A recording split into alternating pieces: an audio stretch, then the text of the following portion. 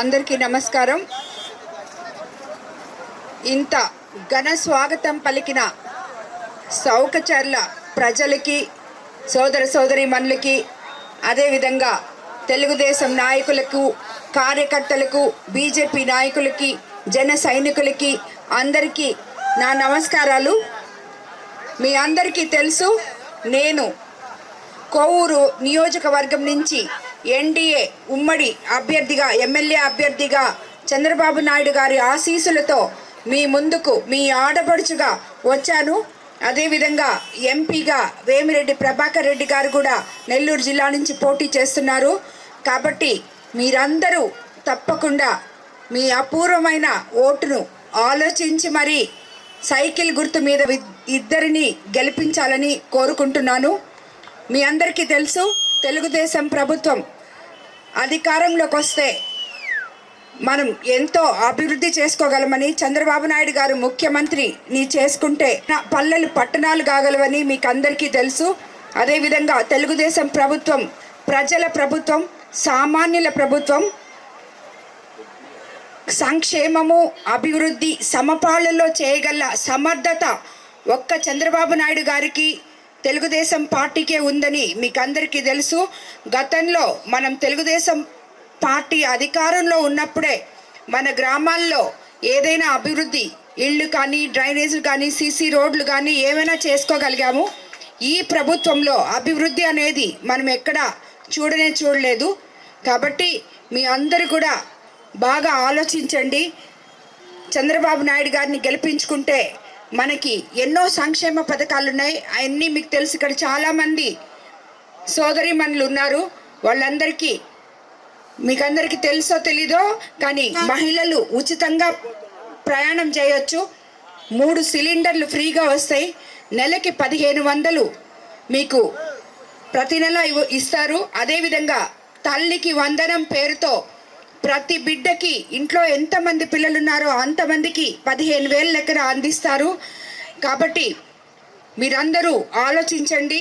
అదేవిధంగా అవ్వా తాతలకి 3,000 నుంచి 4,000 పెన్షన్ చేస్తున్నారు. వికలాంగులకి 6,000 పెన్షన్ చేస్తున్నారు. అదేవిధంగా ఇక్కడ చాలామంది యువకులు కూడా ఉన్నారు. వాళ్ళందరికీ 20 లక్షల జాబ్లు ఇవ్వబోతున్నారు. అలాగే ఇంకొకటి కూడా మీకు అందరికీ తెలుసు అనుకుంటాను, చంద్రబాబు నాయుడు గారు తన తొలి సంతకం మెగా డిఎస్సి మీదే పెడతానని చెప్పారు. అదేవిధంగా నెలకి 1,500 రూపాయలు యువకులకి నిరుద్యోగ భృతిగా ఇస్తున్నారు. రైతులకి పెట్టుబడి కింద 20,000 ఇస్తున్నారు. అదేవిధంగా ఇవన్నీ కాకుండా మనకి ఇల్లు లేని వాళ్ళకి ఇప్పుడు ఆల్రెడీ 1 సెంటు భూమి ఇచ్చే వాళ్ళకి ఇప్పుడు తెలుగుదేశం ప్రభుత్వం అధికారంలోకి వస్తే 2 సెంట్లు భూమి ఇచ్చి మంచి నాణ్యమైన ఇళ్ళు కట్టిస్తామని చెప్పి కూడా మనకి చంద్రబాబు నాయుడు గారు మాట ఇస్తున్నారు. అదేవిధంగా మన అన్న క్యాంటీన్లు ఓపెన్ చేస్తారు పేదవారికి భోజనం కోసం. అదేవిధంగా విదేశీ విద్యను కూడా తిరిగి ప్రోత్సహిస్తారు. అదేవిధంగా పెళ్లి కానుక కింద 1,00,000, సంక్రాంతి కానుక, క్రిస్మస్ కానుక, రంజాన్ తోపా వంటివి కూడా ఇస్తారు. భూ హక్కు చట్టం రద్దు చేస్తారు. ప్రతి ఇంటికి ఉచిత కొళాయి కనెక్షన్ ఇచ్చి తాగు నీరు అందజేస్తారు. కాబట్టి ఇవన్నీ ఒక పక్కన సంక్షేమ పథకాలైతే, మరో పక్కన మనము మన గ్రామాన్ని అభివృద్ధి చేసుకోవడానికి ఏ గ్రామంలోకి వెళ్ళినా అన్ని సమస్యలే కనిపిస్తున్నాయి. కానీ గతంలో వైఎస్ఆర్సీపీ నాయకులు, రాజకీయ ఎమ్మెల్యే గారు కానీ ఎవరైనా వాళ్ళందరూ చెప్తున్నారు, మేమంతా అభివృద్ధి చేసేసాం, ఇది డెల్టా ప్రాంతం, దీనిలో ఇంతకు మించి మేమేమీ అభివృద్ధి చేయలేము అని చెప్పి. కానీ నాకైతే ఏ ఊరికి పోయినా అభివృద్ధి పక్కన పెడితే కనీసం తాగడానికి గుక్కడి నీళ్లు లేకుండా అల్లాడుతున్నారు ప్రజలు. అదేవిధంగా వాళ్ళకి చనిపోతే పూడ్చిపెట్టుకోవడానికి సరైన శ్మశానానికి పోవడానికి దారులు కూడా లేకుండా ఉన్నాయి.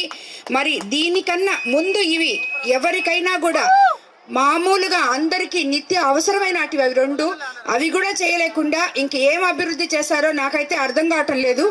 కానీ మనమైతే మాత్రం తెలుగుదేశం ప్రభుత్వం అధికారంలోకి వస్తే తప్పకుండా ఇచ్చిన మాటలు నిలబెట్టుకుంటామని చెప్పి మీకు ఏమేమైతే నేను ఇప్పుడు మీ గ్రామంలో స్థానిక నాయకులు నాకు కొన్ని సమస్యలు చెప్పారు, అవన్నీ కూడా తీర్చుకుంటామని హామీ ఇస్తున్నాను.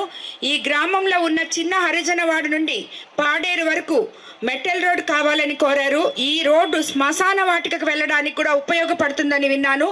దీన్ని తప్పకుండా మనం తెలుగుదేశం ప్రభుత్వం అధికారంలోకి వచ్చిన తర్వాత మంజూరు చేయించుకుందాం. చౌకచల్ల నుండి పల్లెపాలెం వరకు ప్రజలు సరైన రోడ్డు లేకుండా ఇబ్బంది పడుతున్నారు. ఆ రోడ్ కూడా మనము చేయించుకుంటాం. అదేవిధంగా మీకు సుమారుగా 2 కిలోమీటర్ల తార్ రోడ్డు అవసరం ఉందని తెలుసుకున్నాను. దీన్ని కూడా అధికారంలోకి వచ్చిన వెంటనే సకాలంలో పూర్తి చేసుకుందాము. పల్లెపాలెంలో నివసిస్తున్న ప్రజలకు తాగు నీరు కోసం బోర్వెల్ వేయించి ప్రతి ఇంటికి కొళాయి ద్వారా తాగు నీరు అందిస్తాము. ఇది తప్పకుండా చేస్తాము. ఇదే చెప్పాను నేను. తాగు నీరు లేక ఎంతమంది అవస్థపడుతున్నారో మీ మధ్యలోకి వచ్చి మిమ్మల్ని చూసిన తర్వాతే నాకు అర్థమైంది. ఈరోజు చౌకచర్ల గ్రామ పంచాయతీలో ప్రతి వీధికి వీధి లైట్లు ఏర్పాటు చేస్తాము. అరుగాలం పంట పండించిన రైతుల కొరకు వరి ధాన్యం ఆరబెట్టుకోవడం కోసం ప్లాట్ఫామ్లతో కూడిన గోడౌన్స్ నిర్మిస్తామని కూడా మాటిస్తున్నాను. పాతేరు నుండి తంబులు వరకు డొంక కావాలని ఇప్పుడే స్థానిక రైతులు అడిగారు. దాన్ని కూడా ఏర్పాటు చేస్తాము. అలాగే ఈ పంచాయతీ పరిధిలో పెండింగ్ పనులు అయిన సీసీ రోడ్లు, డ్రైనేజీలు, ఇళ్ల పట్టాలు, ఇలా అన్ని పెండింగ్ పనులు అధికారంలోకి వచ్చాక సకాలంలో పూర్తి చేపిస్తామని మీకు అందరికీ హామీ ఇస్తున్నాను. నేను ప్రతి గ్రామానికి వెళ్ళినప్పుడు ఆ గ్రామంలో సమస్యలు కనుక్కొని అవన్నీ మీకు చేయిస్తాను అని చెప్పినప్పుడు ఒక్కరు కూడా దాని గురించి ఏది స్పందించరు. ఎందుకంటే వాళ్ళకి అది అలవాటైపోయింది. ప్రతి రాజకీయ నాయకుడు ఓట్ల కోసం వచ్చి ఇవన్నీ మేము చేయిస్తామని చెప్పి దాని తర్వాత వాళ్ళకి కనపడరు. కానీ నేను అలా కాదు. ఇదొక్కటి మీరు నమ్మండి. ఎందుకంటే నేను ప్రజల కోసం, ప్రజల మనసులో ఏ కష్టం ఉందో తెలుసుకొని ఆ కష్టాన్ని తీర్చడానికి, ప్రజా సేవ చేయడానికి రాజకీయాల్లోకి వచ్చిన దాన్ని. కాబట్టి మీరు మిగతా రాజకీయ నాయకులతో నన్ను పోల్చొద్దు. నేను తప్పకుండా మీకు మాట ఇచ్చానంటే చేసి తీరుతాను. వాటి కోసం ఎంత దూరమైనా పోరాడి మీకందరికీ ఇచ్చిన మాట నిలబెట్టుకుంటానని మీకందరికీ మరోసారి మాటిస్తున్నాను. అదేవిధంగా మన కోవూరు నియోజకవర్గంలో ఎంతోమంది నిరుద్యోగ యువకులు ఉన్నారు. మీకందరికీ తెలుసు, మన ఇక్కడ ఇఫ్కో సెజ్ ఉందని.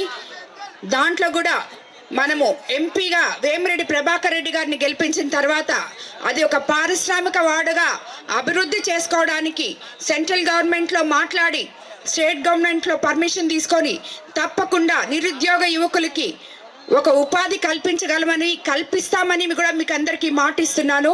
అదేవిధంగా ఇక్కడున్న మీ అందరికీ ఒకటే కోరుకుంటున్నాను. నేను మీరందరూ నాకు అండగా ఉన్నారని మీ అందరినీ చూస్తే నాకు అర్థమవుతుంది. ఒక మహిళకు చంద్రబాబు నాయుడు గారు కోవూరు నియోజకవర్గంలో 62 సంవత్సరాల తర్వాత ఎమ్మెల్యే పదవికి నన్ను ఎంపిక చేశారు. మహిళల్ని అంత గౌరవించిన చంద్రబాబు నాయుడు గారికి నా ధన్యవాదాలు తెలుపుకుంటాను. మీరందరూ నాకు అండగా ఉంటారని, నన్ను ఆశీర్వదిస్తారని అందరికీ కోరుకుంటున్నాను. అదేవిధంగా మీకు అందరికీ ఒకటి చెప్తున్నాను, నేను ఎప్పుడు ఎల్లవేళలా మీకు అందుబాటులో ఉంటాను. నాయకులు కానీ, సామాన్య ప్రజలు కానీ, కార్యకర్తలు కానీ నా తలుపులు ఎప్పుడూ తెరిచే ఉంటాయి. ఎవరైనా నా దగ్గర రావచ్చు, మీ సమస్యలు చెప్పుకోవచ్చు. అన్ని మండలాల్లో నా ఎమ్మెల్యే ఆఫీసులు ఉంటాయి. కాబట్టి ఎవరు కూడా నేను అందుబాటులో ఉండనేమో అని చెప్పి అపోహ నుంచి బయటికి రామని చెప్పి మిమ్మల్ని అందరినీ కోరుకుంటున్నాను. అందరికీ నమస్కారం. మరోసారి తెలుగుదేశం పార్టీకి ఓటు వేసి సైకిల్ గుర్తు మీద 2 ఓట్లు వేసి ఎంపీగా వేమిరెడ్డి ప్రభాకర్ రెడ్డిని, ఎమ్మెల్యేగా నన్ను గెలిపించమని కోరుకుంటున్నాను.